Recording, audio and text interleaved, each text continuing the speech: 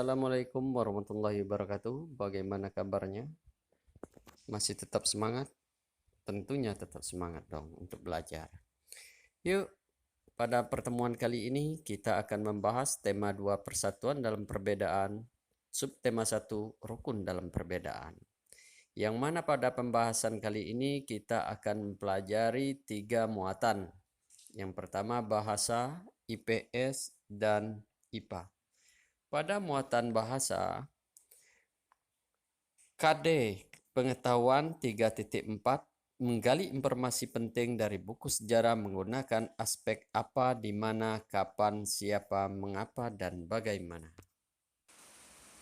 Dan KD keterampilannya 4.4 menerapkan informasi penting dari buku sejarah secara lisan, tulis, dan visual dengan menggunakan aspek apa, di mana, kapan, siapa, mengapa, dan bagaimana, serta memperhatikan penggunaan kosakata baku dan kalimat efektif. Dan KD Pengetahuan IPS 3.4 memahami makna proklamasi kemerdekaan, upaya mempertahankan kemerdekaan, dan upaya mengembangkan kehidupan kebangsaan yang sejahtera. Sementara KD keterampilannya 4.3 yaitu menyajikan laporan tentang makna proklamasi kemerdekaan, upaya mempertahankan kemerdekaan, dan upaya mengembangkan kehidupan kebangsaan yang sejahtera. Kemudian KD Pengetahuan IPA menganalisis cara makhluk hidup menyesuaikan diri dengan lingkungan. Kemudian KD Keterampilan IPA 4.3 menyajikan karya tentang cara makhluk hidup menyesuaikan diri dengan lingkungannya sebagai hasil penelusuran berbagai sumber. Tahukah kamu apa itu proklamasi? Proklamasi merupakan berasal dari bahasa Yunani yang artinya pengumuman atau pemberitahuan resmi kepada seluruh rakyat. Proklamasi merupakan puncak dari perjuangan bangsa Indonesia.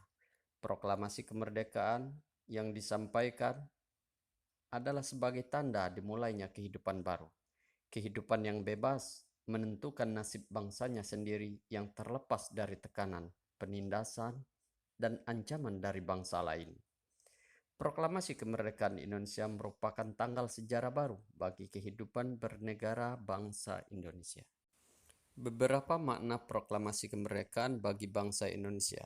Yang pertama, menandai lahirnya bangsa Indonesia sebagai bangsa yang merdeka. Makna yang kedua merupakan puncak perjuangan bangsa Indonesia untuk meraih kemerdekaan.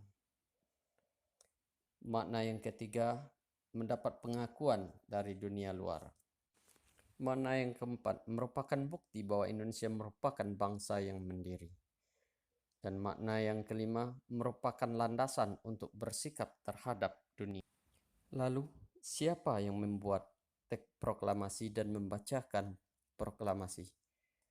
Dan siapa saja di antara para pahlawan yang terlibat dalam penyusunan teks proklamasi? Oleh karena itu, yuk perhatikan teks berikut. Tahukah kamu, penyusunan teks proklamasi kemerdekaan Indonesia yang dibacakan oleh Insinyur Soekarno?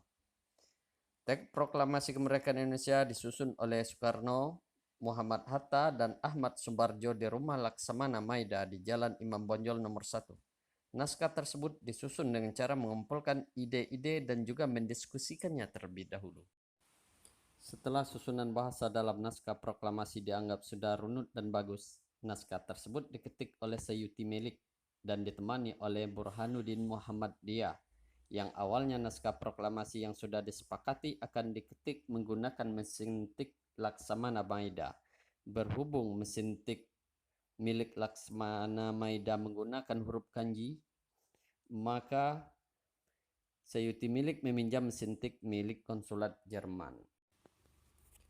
Naskah proklamasi yang sudah diketik dan ditandatangani oleh Insinyur Soekarno dan Muhammad Hatta sebagai wakil bangsa Indonesia.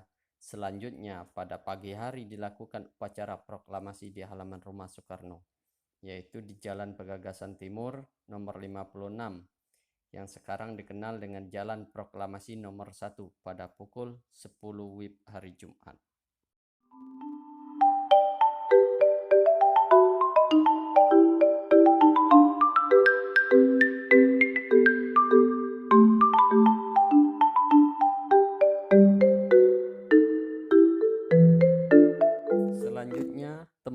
informasi-informasi penting yang terdapat dalam sedikit cerita tentang penyusunan teks proklamasi kemerdekaan Indonesia yang di depan dengan menggunakan kata tanya apa yang menanyakan untuk hal atau peristiwa yang terjadi.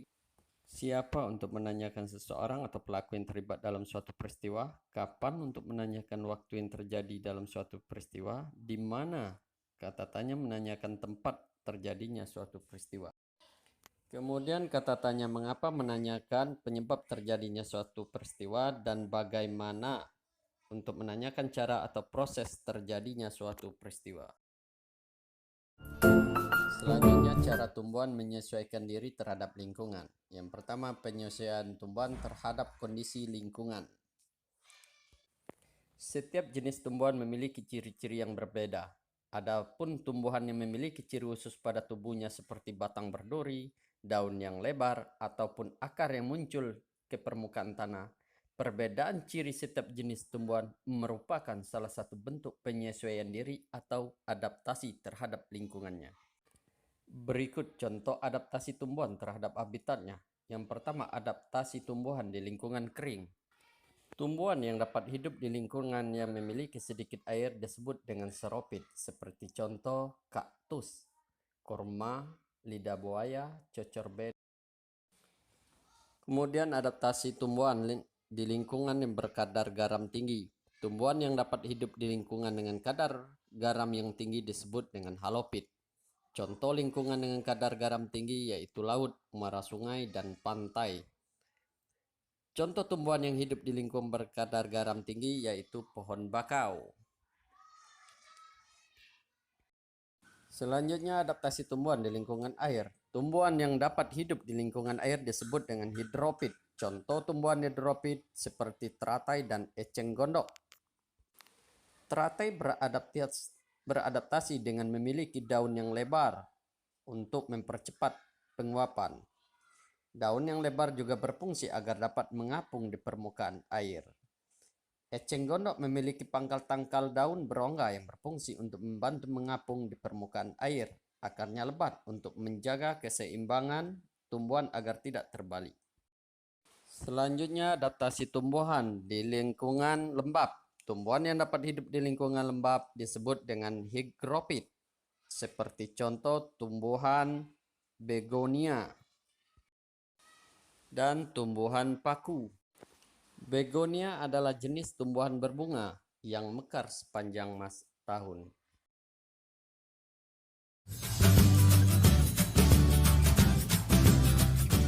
Selanjutnya, tumbuhan yang beradaptasi di lingkungan miskin nitrogen. Tumbuhan yang tumbuh di lingkungan miskin nitrogen biasanya melakukan penyesuaian diri dengan memerangkap serangga kemudian mencerna sebagai sumber nitrogen.